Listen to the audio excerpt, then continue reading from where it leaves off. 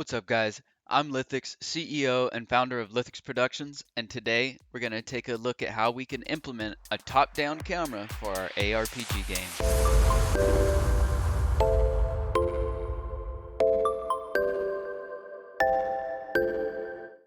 Hey guys, before we get started, I just wanted to let you know that we are currently in development of a full Udemy course for game design. And it's taking a lot of work, but I hope you guys will enjoy it as much as I am making it. And of course, this course will be free for our top tier patrons as a huge thanks for the support you've already given us. And without further ado, let's go on ahead and get started. So let's add our new input system. And to do this, we're going to go to Window, Package Manager, and then you have a drop down right here. Let's change this to Unity Registry and let's type input. We have our input system here and let's install that. Now, quick disclaimer, if you are going to be using the new input system, it will overwrite the old input system. So if you have code in an existing project, just make sure that you understand this will replace that and the code will be broken. So you're going to get this pop-up box. It's going to ask you if you want to change systems, and you can say yes, and it'll restart your Unity. That's totally fine. It's supposed to do that.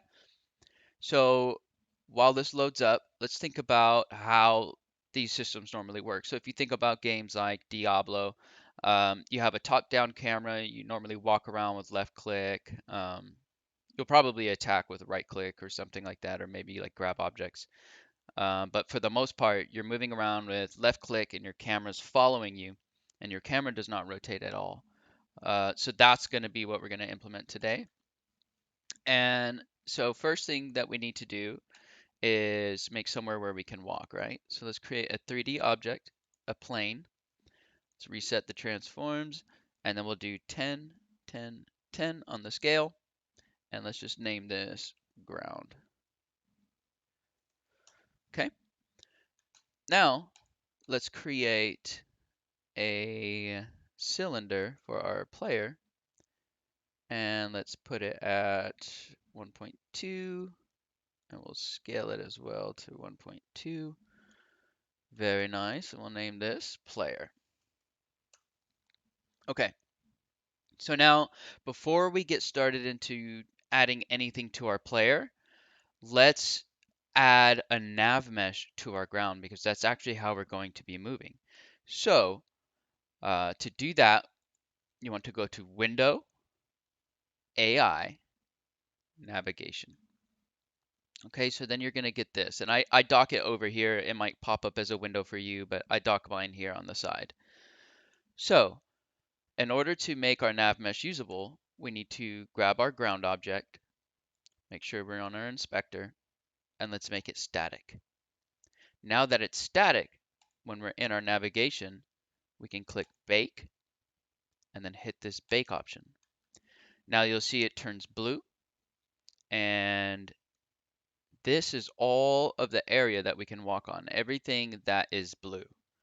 Okay, so if you have things in your scene, such as like trees or other things like that, where maybe you don't want to walk, then I'll show you how to do that. So let's just right click, we'll create a 3D object, a cylinder. Um, I'm going to reset the transforms and then I'll move it up. Well, I'll just move it up and over. Let's scale it.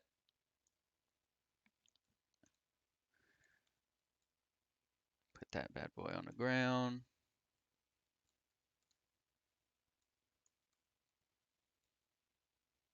Ground-ish. And then I'll make a sphere and I'll just kind of move it over onto our tree.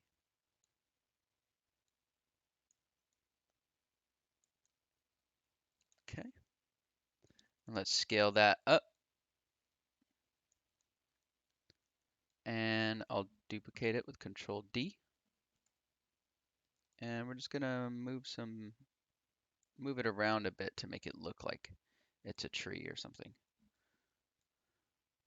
That way we have our own little temporary tree.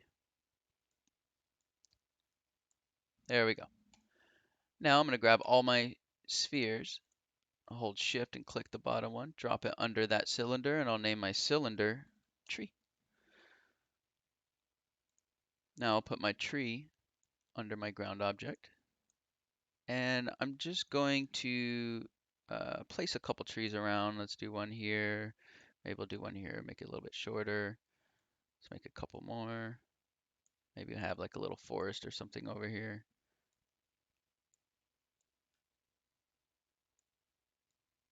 Okay. Now, you'll notice if we look back at our navigation, we can still walk here, right? However, any of your objects that you're not going to be using or that aren't going to be moving and are going to be part of your ground and stuff, you want to make them static anyway. And I'm going to say yes, change the children because that's going to change the spheres as well. Okay, so we're going to make this static. Now, if we go into navigation and we bake that, you can see now it cut these out, and I'll show you why. So if we look at the object tab and we're looking at these objects, we want to set these to not walkable and change children. Okay, it did update on itself this time, but oh, it didn't. Okay, so you see it's thinking we can walk on top of some of these. So we want to change these trees.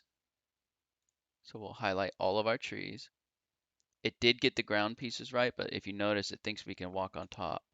So we want them all set to not walkable, yes, change children, and then we'll bake it again. Okay, now you see that's not there. We can't actually walk on our trees. It's got these areas cut out for us. Now, if you have something in your game, maybe it's a car or who knows whatever it is, but it's gonna move and you can't have it static. I'll show you how you can do that. So you'll have an object. I'm gonna do it on my ground, so my cube's gonna be big, and then we'll just move it over here for a second. Now, if we want to add a component to this box. So we'll click Add Component, and then we want the Nav Mesh Obstacle. Once we add that, we can click Carve. Okay. Now, when we look at our navigation, you see it has this hole cut out, and if we move it around, it updates in real time. It carves it out in real time for us. So we still can't walk on it, but if we wanted to, we could animate this and have it move around, right? Awesome. So now that we know a little bit how our nav mesh works, we're going to go on ahead and start working on our player a bit here. So let's create a script folder, and we're going to create a new script, and we'll call this player controller. Okay, let's open that up in Visual Studio, and let me move this over. There we go. And we're going to set this up to start taking code as we always do. So let's take out the middle here. I'm not going to be using these top using statements, so I'll get rid of those. Now I'm going to add a namespace, and I'll do mine as LP ARPG new input tutorial. Okay, and we'll put our class inside our namespace. Sweet. Now, in order to use the new input system, we have to add a using statement because it does not come standard. So we'll do using Unity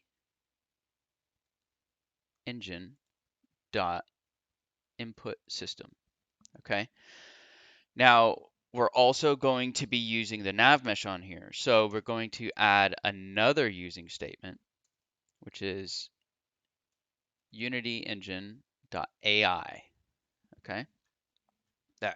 Now that we have our using statements, since we know we're going to be using a nav mesh, you have to have a nav mesh agent on the player. So instead of going and adding that manually, I'm just going to add a require component type of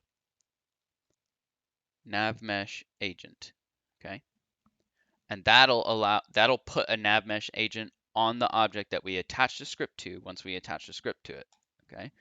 So now that we have that, we also are going to need to have a couple variables, one to reference our nav mesh agent, and then again we want to set one for the camera. Okay, so we're going to do, we don't need to serialize it, so we're just going to do a private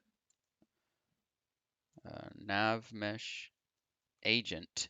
Okay, make sure it's an agent, and we'll call it agent. Okay, and then we also want a camera.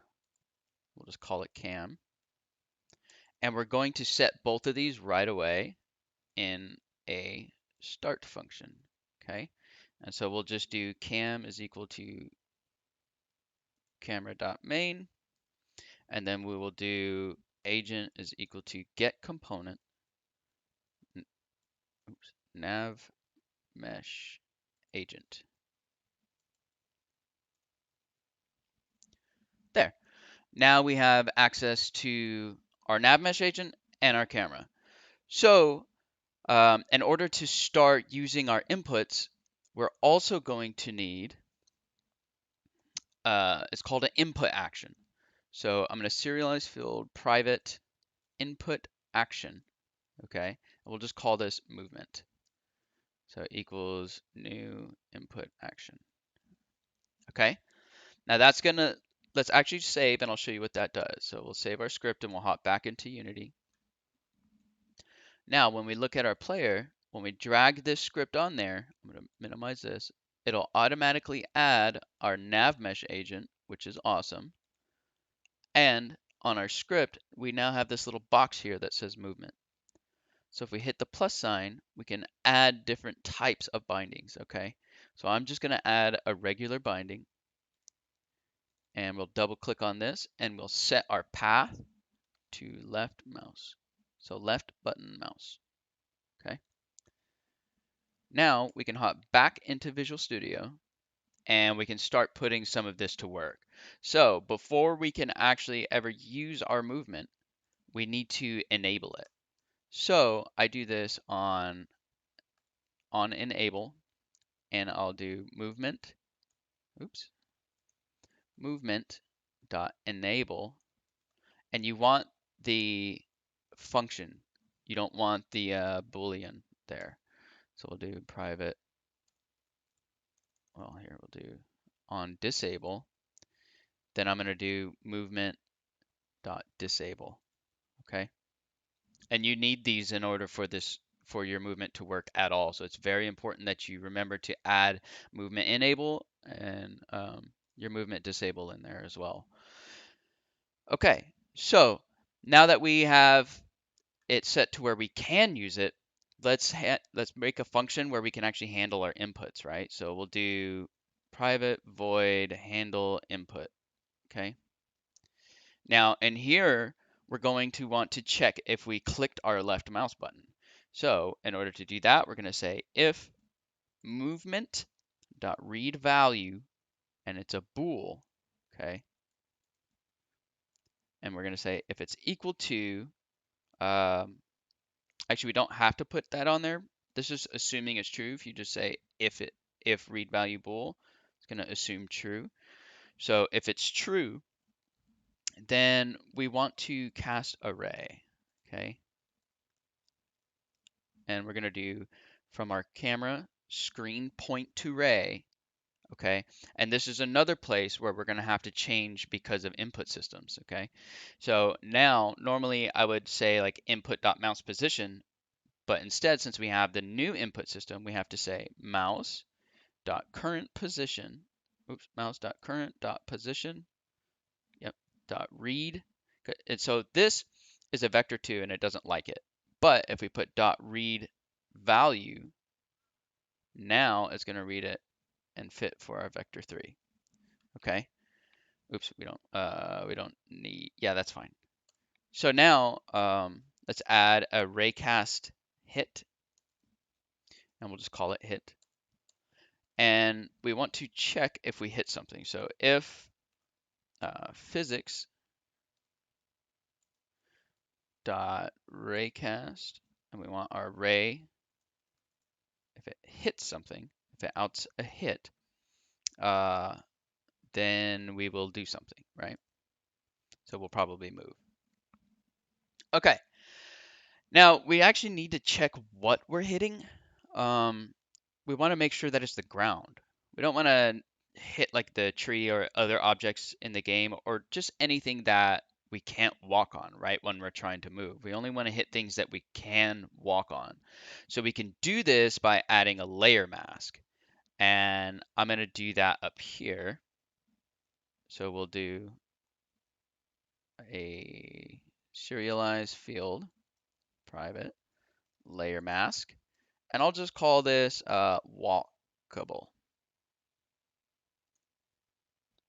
Walkable. Oh yeah, I spelled that right. All right, equals new layer mask. Okay. So let's save this and let's hop into Unity and see how we can put this together. So now you'll see we have this option for our layer mask, but we need to create a new layer. So we'll come up here where it says layer, hit this drop down, click add layer, and I'm going to call it walkable. There we go. Now we can go back to our player and change this walkable to walkable.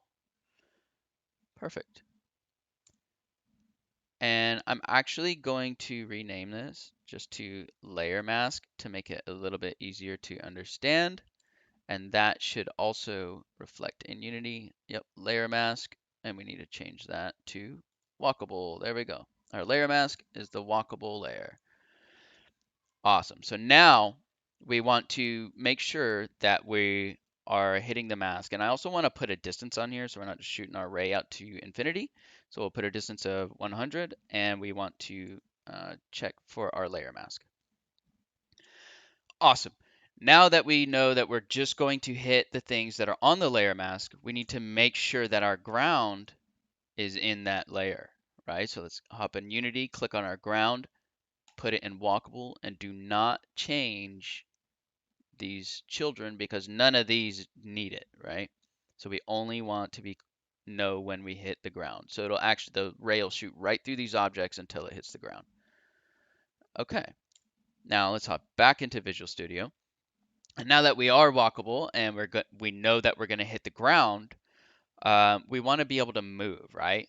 So let's make a function here, and let's call it player move. Okay. And if you hold Control and hit period and then enter, it'll automatically implement it down here, and we do not need this. We also actually want to take a couple parameters here. Well, maybe just one. So we'll do vector 3. Okay, and we want the location of where we want to go. Oops. Location. Okay.